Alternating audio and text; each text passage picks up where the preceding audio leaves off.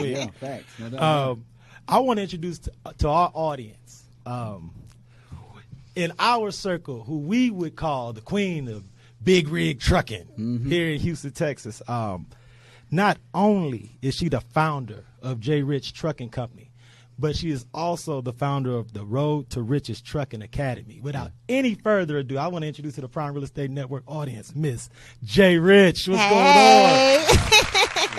There you go. We out here. Thank you so much for having me, guys. I know we've been trying to, like you said, trying to plan this since, February? Trying to make it happen. Yeah, we made it happen. So thank you for having me on your platform. I'm so honored and blessed. Now, we're going to get straight down to business because we don't have you for as long as I would like. So for our audience's sake, could you please introduce the J. Rich Trucking Company? Yes. What it is that you do and who it is that you guys serve. Okay. Well, I am J. Rich.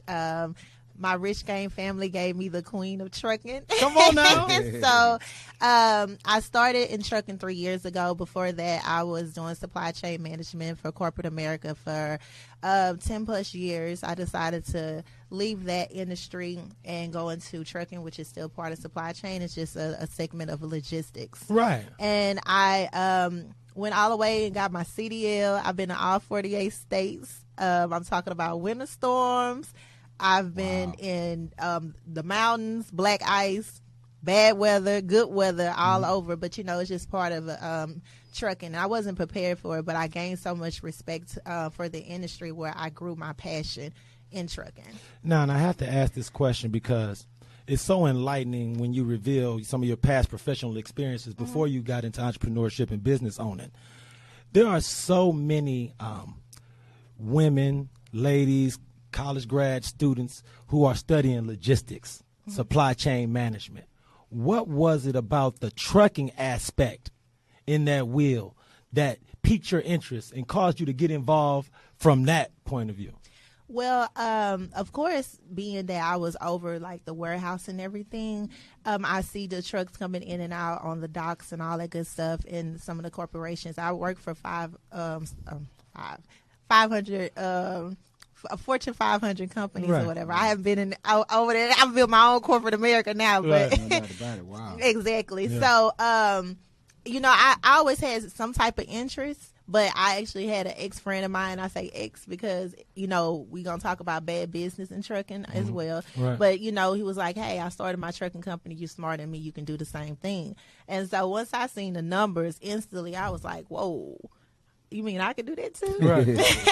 So he was in business for 5 years, and he was like, "Hey, I'm gonna teach you the game, Jay. And I want you to, grow just like me." Yeah. But I got to ask you, Jay, what is it that you think it is about your personality that when this opportunity was presented to you that you weren't apprehensive or nervous about taking a plunge? Because, and this is from the outside looking in,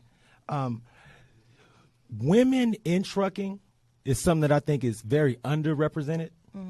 And when you're starting off something new, a new venture, I'm sure you felt like you were the only woman involved.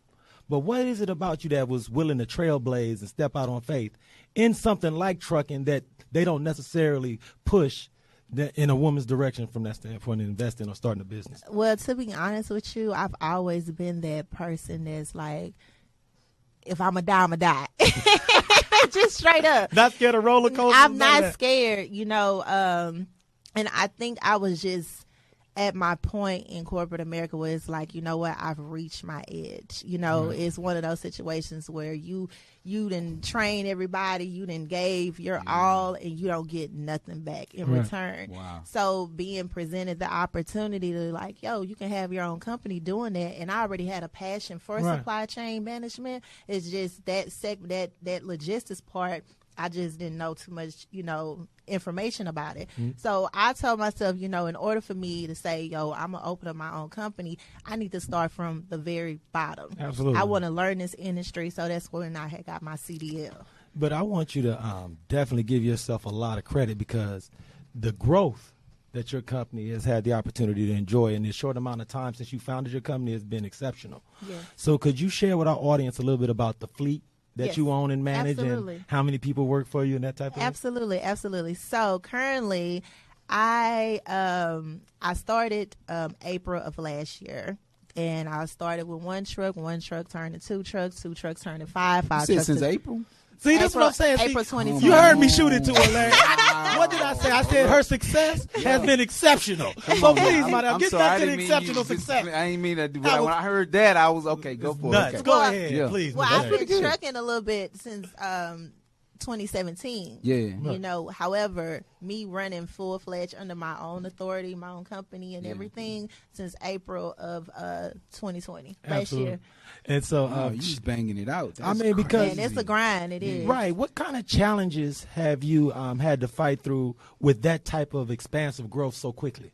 Right now is just the balance of accepting what is, you know, coming to you. Like things I prayed about is coming like five different directions. I'm being placed in rooms that I can only imagine. You know, I just made a post recently that, you know, relationships will put you in positions that money cannot buy. And that's exactly what's happening to my life. Things I prayed about. Now, don't get me wrong. I tried it in 2019 and I failed miserably. I mean, I was $60,000 in debt. Yeah. I had bad relationships with the ex-friend.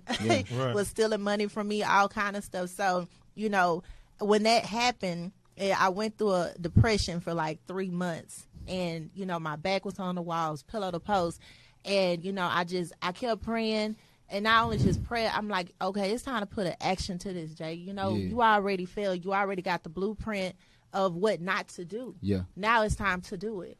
So 6 months after that, I got on the road, you know, back 48 states, grinding. You know, it's a sacrifice, leaving my son, leaving family, you know, leaving a lot behind. And in that time frame, I was telling my grandmother, I was like, grandmother, I'm going to open up my own company. She was the only one who knew what I was doing, and she knew why I was doing it.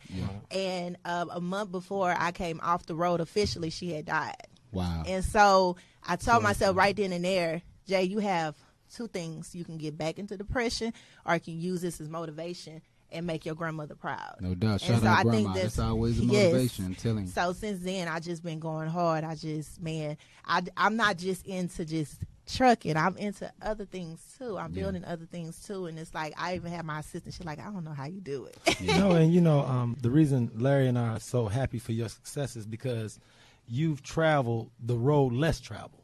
You've trailblazed the path that very few people embark upon alone without a lot of help and a lot of people opening doors for them.